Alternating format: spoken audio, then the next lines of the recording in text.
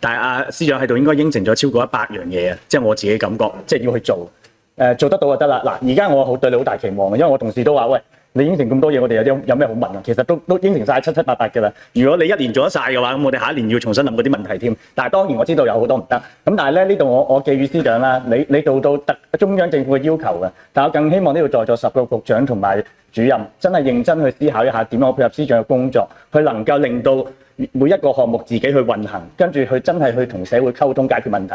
呢度我會做嘅。我司長嗰條片我睇翻5年前拍嘅，即係嗰條環保片，我會宣傳啦。咁但係嗱，上半集啫喎，下半集就係我哋點樣去做埋出口，甚至乎在地化嗰個資源管理。我都問緊你攞地，我哋要做嘅。呢度我有時間我一定會去拍嘅，揾多啲同學，揾埋校長啲同學一齊去拍，俾大家知道更多嘅嘢。我覺得完全冇問題。呢個我哋會配合特區政府。澳門係我哋嘅家，我哋一定要一齊做好佢。嗱，呢度讚嘅就講咗啦，我一定要講啲唔啱聽嘅，或者我覺得做得唔好嘅事啦，唔係或者我覺得意見唔同啦，應該咁講。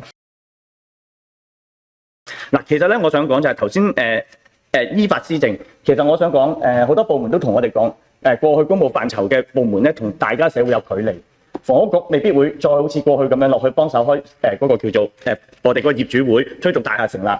公務局有時佢批職嘅時候，永遠得一封信，或者嗰個部門俾意見得一封信，冇聯絡人嘅，問唔清楚究竟想點。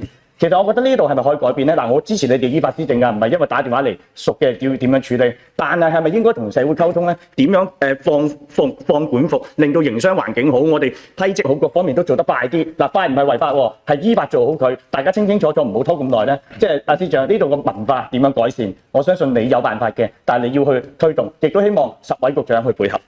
喺依法施政嘅前提，點樣推動公務部門加強同社會溝通？我諗大家都有留意報章嘅報導，喺新界政府嘅就職之後咧，各個政府部門、各個範疇，包括咗我哋運輸公務範疇，亦都係廣泛咁同社會各界去溝通接觸。我諗呢啲工作我哋係會繼續落去。我諗我哋兩個身份，我哋既係公務員，我哋亦都係市民一份子，我哋亦都會感受到一般市民嘅感受，同埋我諗我哋行出街，我哋都係市民一份子，市民會直接反映意見俾我哋聽。我諗司長唔係高高在上，市民唔會同佢接觸。其實我諗我哋都係一般嘅市民，所以我諗我哋會同市民充分溝通。亦都可以咁講，我一直喺市政部門工作。同市民打交道已經係我日常工作嘅一部分，我亦都會將我呢個經驗同我10位局長分享，我哋會積極推動有關嘅工作。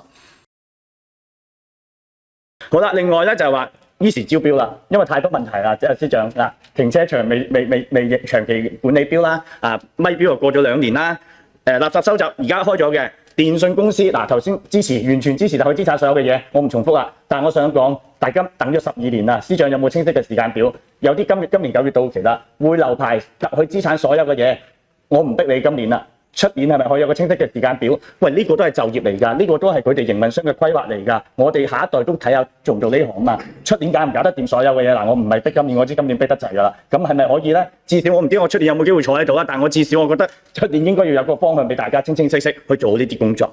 針對特許資產同埋回流牌照相關嘅問題，頭先我哋已經回覆咗，我哋一定會有相關嘅時間表，但係唔係今日可以講出嚟啦。好啦，另外咧，電力合同，司長完全同意嘅，提升電力。嗱，我都要講個數字啦。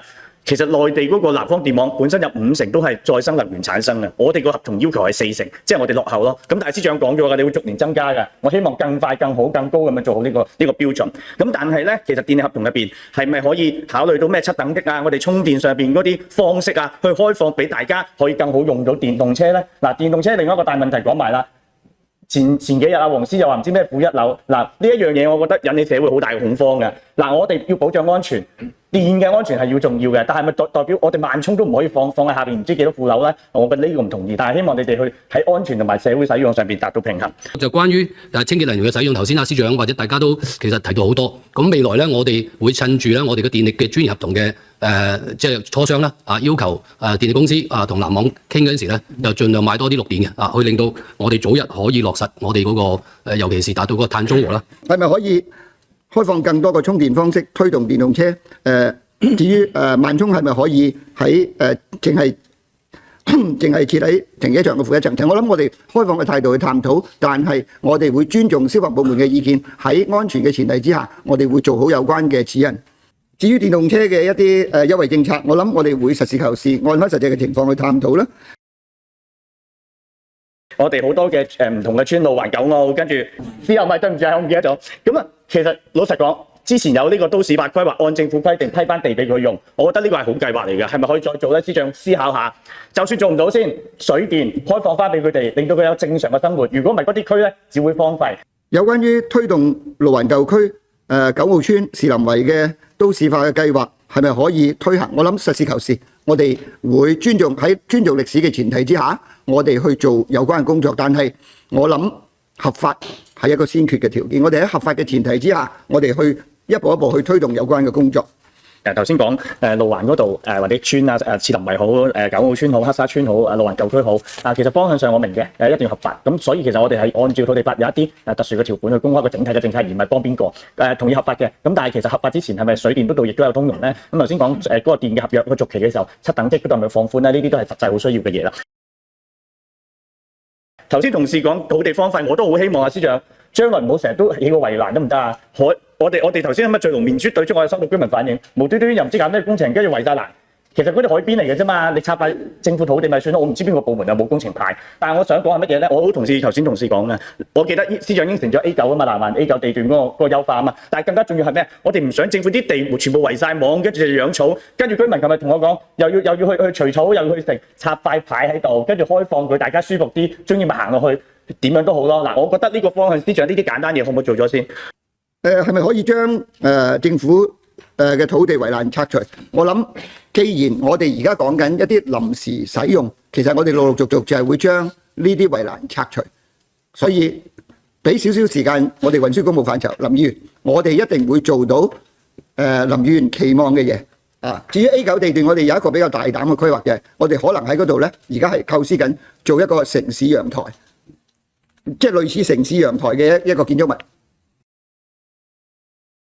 另外，輕軌頭先都係完全同意晒司長噶啦。其實我都可以行出嚟撐你，不過唯一一句問題就係咩咧？西岸做西線啊，做輕軌嘅時候，係咪要考慮埋防洪？高架路、環岸高架路，同埋我哋個居民嗰啲休憩啊，所有嘅嘢咧，擋潮閘做唔做？咁啊喺西線一齊做埋佢咯。係整體嘅嘢，呢個講咗好多次啦，我唔講。但係司長，你知我講緊啲乜嘅？係咪要一齊去思考咧？同埋點樣慢慢俾輕軌信心？司長除咗電子支付之外，頭先有居民同我講啊，少壞啲車啦，輕軌諗下辦法啦，真係嘅呢度。提到輕軌西線係咪一併可以考慮防洪或者其他相關嘅一啲用途？我諗我哋會綜合考慮。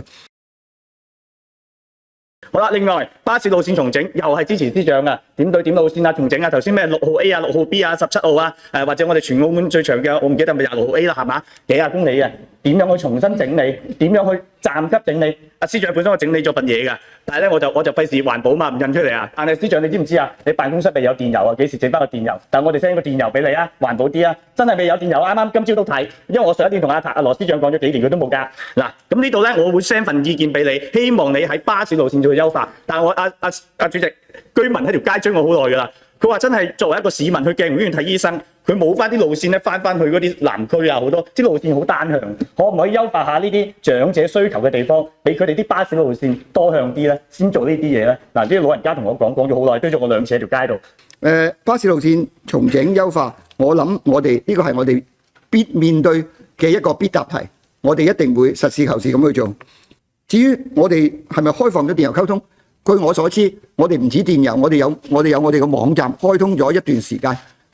稍後或者我會將相關嘅網址咧發俾阿林議員啊，已經開放咗一段時間。我嘅記錄咧係已經收到好幾個市民俾我哋嘅一啲建議或者一啲相關嘅建議，但係實事求是，我一陣間會將相關嘅網址咧俾翻林議員。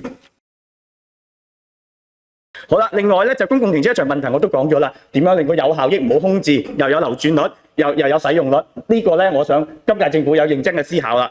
好啦，另外電動車收稅嘅問題我質詢啦，我呢度唔詳細講啦，但係我覺得電動車應該有優惠嘅，增程車都應該有優惠嘅，但係應該有唔同嘅優惠同埋有封頂嘅，唔係攞啲公帑嘥晒成為豪車嘅避稅天堂。喺工程監督上邊啦，司長。公屋嘅經屋嘅質量咧，其實頭先房屋政策我同意，我哋要有私人嘅房屋加埋入去。但係老實講啊，而家經屋無論係湖畔、居雅、日輝，又入邊嘅磚疊、外邊嘅磚疊，仲有安順嗰啲鐵欄啊、磚疊啊都好啦，可唔可以新政府有個新思維同佢傾下，有冇一啲協議嘅方案處理好佢，唔好繼續爛磚。我琴日先去完日輝，呢度有冇啲方法抹咗前事㗎啦？而家重新去處理好佢咧？同啲居民傾一個大家接受嘅方案咧，唔係過去咁樣咧，我覺得呢度要去諗嘅。之前嘅一啲公屋嘅問題，質量嘅問題，咁其實我睇翻相關嘅記錄咧，政府係用咗最大嘅誠意去同有關嘅戶主咧，同埋相關嘅大廈咧，係去探討有關嘅問題，但係好遺憾，個效果唔理想。我諗我哋會實事求是咁去睇下日後應該點樣去做好有關嘅工作。都想講啦，頭先司長你哋回應經屋嗰個方面，頭先我講係一個整體，你一定要考慮埋私人房地產市場啦。咁但係我都想好明確嘅，我覺得簡化就係㗎啦。其實最緊要咧係回應到居民訴求，而唔係諗幾多層嘅經屋階梯，而係真係回應到需求。甚至乎而家呢個狀況嘅時候，係咪可以有一啲好嘅措施俾佢哋去用到呢啲嘅公共房屋咧？包括佢揀唔啱呢期嘅下一期點咧，冇咗呢個經濟屬性，當然我唔贊同啦。咁但係個價錢點樣去調得明顯係能夠吸引咧？我覺得呢度係你哋嘅真係要去考慮嘅地方啦。生態島 D 區同埋荔枝碗嘅問題，生態島 D 區我想講咩咧？我好明白我哋嘅廢料問題，頭先司長講咗好多同我哋合作，完全支持嘅。但係我哋而家係咪真係需要咁急去填生態島咧？我有保留呢個，我覺得係咪可以揾啲更好嘅地方，唔喺南部填咧？另外D 區咧，嗰日我都係行去見到居民就同我講啦。而家咁多地係咪仲要填 D 區咧？還是暫緩一下咧？呢度咧都希望我要表個態，呢度係我有保留嘅。生態島同埋 D 區有關嘅工作咧係會繼續推行，特別係 D 區呢個係中央批准澳門填海嘅5幅地其中1幅。我諗我哋既然已經批准咗一段嘅時間，亦都係時候我哋要完成有關嘅工作。咁到最後咧，其實咧關於澳車北上嗰個情況啦，頭先司長講李明居民嘅訴求，但係我都有責任講嘅。其實我諗澳車北上同埋嗰個橫琴單排車應該要合一嘅，同埋其實係咪真係可以考慮喺橫琴去做咧？人氣多啲，又令到呢個關口多啲，咁甚至乎將來呢啲樞紐係咪都可以去考慮同呢啲關口同香港嘅即係隔離咧？另外一個咧就係嗰個即係安排，好多市民同我哋講咧，我知道香港嘅時間係太長嘅，咁但係個問題係乜嘢咧？個問題就係啲保險又喺晒度啊，中間可唔可以點樣優化流程之餘咧，透明化俾大家知道，同埋呢啲保險浪費晒嘅時間係咪可以有所調整咧？中間點樣做咧？都希望有啲實質嘅措施俾到居民嘅。即係牌嗰度，咁香港牌嗰度即係嗰個牌嗰度咧，個配額方面咧，我哋係一路都有同港方嗰度保持嗰個聯繫啦。因為大家都要協議，即係澳門可以發幾多台配額過嚟香港，香港會發幾多台配額過嚟咁樣嘅。咁而家暫時未有進一步嘅消息，有我哋會及時公佈。咁至於頭先林議員有講過嘅嗰個保險嘅問題，其實我哋一路都非常之重視咁亦都多次咁樣咧同香港運輸署或者更高層次嘅咧去接觸同埋去推動落實佢哋嗰個關注呢個樣嘢。咁但係可惜就係而家暫時都仲未有對方嘅一個正面嘅回應，但係我哋都會繼續保持呢個溝通嚇。澳車北上方面嗰度係我哋都會研究翻，即係嗰個系統方面嗰度更新優化有消息再同大家報告。另外咧就關於即係臭味噪音問題啦。其實臭味噪音問題咧，我諗希望換一個角度咧，喺居民嘅角度思考，去諗一啲真正實際嘅辦法，令到大家有解決嘅方法。